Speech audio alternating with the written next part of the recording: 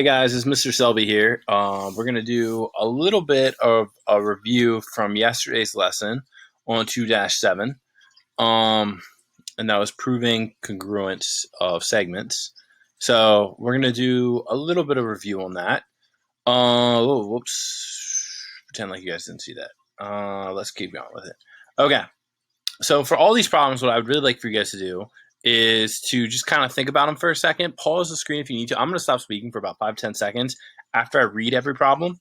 Okay, it would be helpful if you were able to pause the screen during that time and try and think about the problems for a little bit. Maybe check your past notes or anything and try and solve it on your own.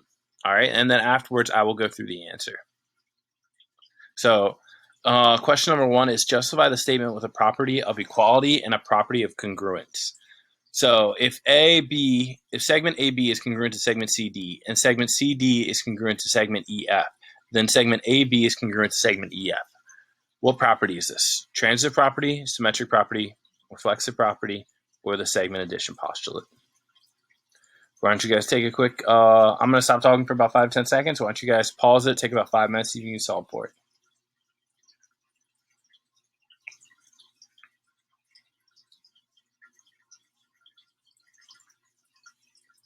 All right, hopefully you were able to solve this. This is indeed the transitive property, which if you saw that I accidentally showed you this before, then you would have seen. But anyway, the transitive property says that if one segment is equal to another segment and a second segment is equal to a third segment, that means the first and third segments are both congruent as well. Okay, so an example of this would be if AB was short for Antonio Brown and if CD was short for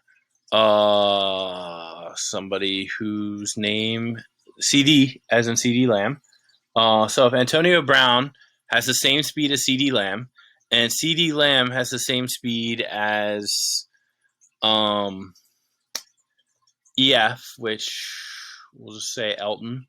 So if Antonio Brown has the same speed as CD Lamb, and CD Lamb has the same speed as Elton, then Elton must be just as fast as Antonio, right? Like if Antonio runs a 4.1, CD runs a 4.1. If CD runs a 4.1 and Elton runs a 4.1, that means Elton and Antonio are the same speed. That's the transitive property. Again, the example I always use, if Susan got the same grade as John and John got the same grade as Mike, that means Susan and Mike got the same grade. That's the transitive property. Okay, justify the statement with a property of equality or a property of congruence. Segment RS is congruent to segment RS. What property is this? Is it the transitive property, symmetric property, reflexive property, or the segment addition postulate? So why don't you guys pause this, take about 5 or 10 seconds, check your notes. I'm going to take 5 or 10 seconds to stop speaking, check your notes and everything, see if you can solve it.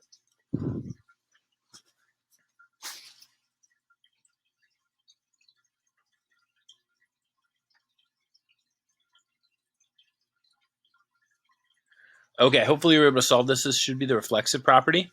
Okay. Remember, reflexive is the same thing as reflection. Whatever you see, you should see the same thing both ways. RS is congruent to RS, okay? 5 is equal to 5. A is equal to A. You know, it's the same thing on both sides of the equal sign. That's always reflexive. Okay, number 3. Justify the statement with a property of equality or a property of congruence. If H is between G and I, then GH plus HI equals GI. Is this A, the transitive property, B, the symmetric property, C, reflexive property, or D, the segment addition postulate? I'm going to stop speaking for about 5 to 10 seconds. I would love it if you guys could pause this, check your notes, see if you can solve this one on your own.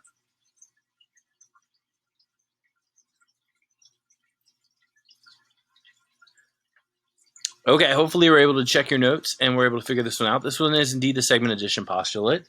So it's saying H is between G and I, okay, which means G and I have a line going directly from G to I.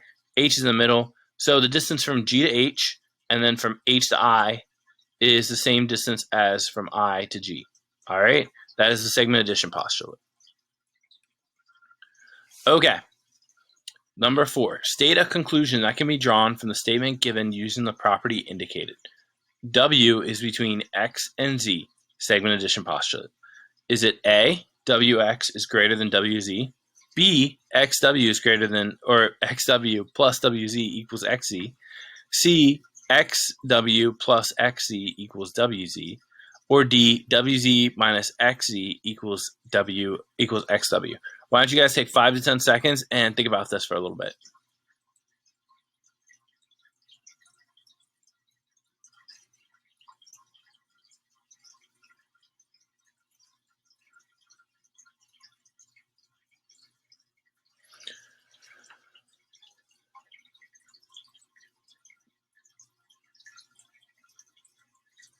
Okay, hopefully you were able to pause the screen and figure it out on your own. If you didn't, try and pause it now. I'm actually going to go over this really quick. So the answer was B, okay? So it can't be, so you kind of imagine this as having X here, okay? And then Z over here and W in between them, okay? So X to W plus W to Z equals XZ, which is exactly what B says. WX cannot be greater, well, WX cannot be greater than WZ. Well, it could be. We actually don't know, and that has nothing to do with the segment addition postulate. XW and XZ would not equal WZ, okay, because XZ is the sum of WX and WZ.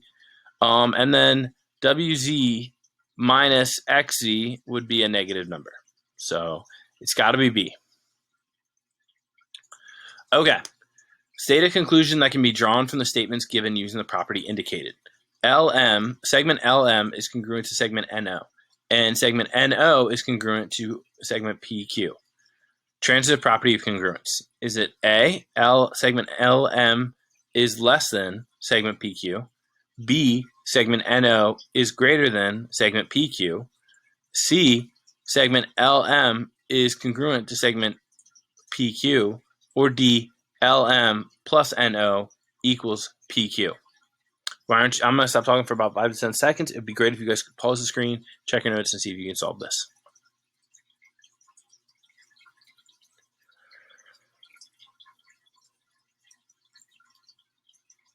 Okay, hopefully you solved it and figured out the answer C.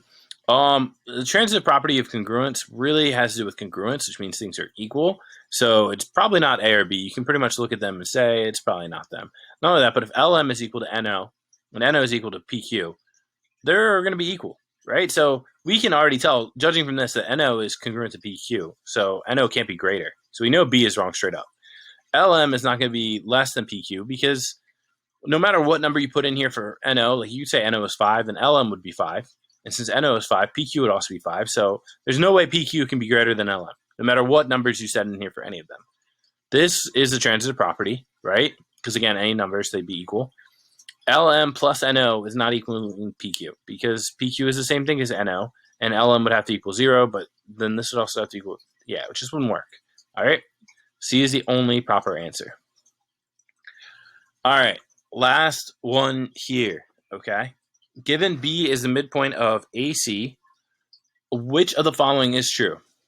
A, AB plus BC equals AC. B, AB plus AC equals BC. C, AB equals 2AC. D, BC equals 2AB. So I'm going to stop talking for about 5 to 10 seconds. It would be great if you guys could take a second and check your notes, see if you can solve this one on your own.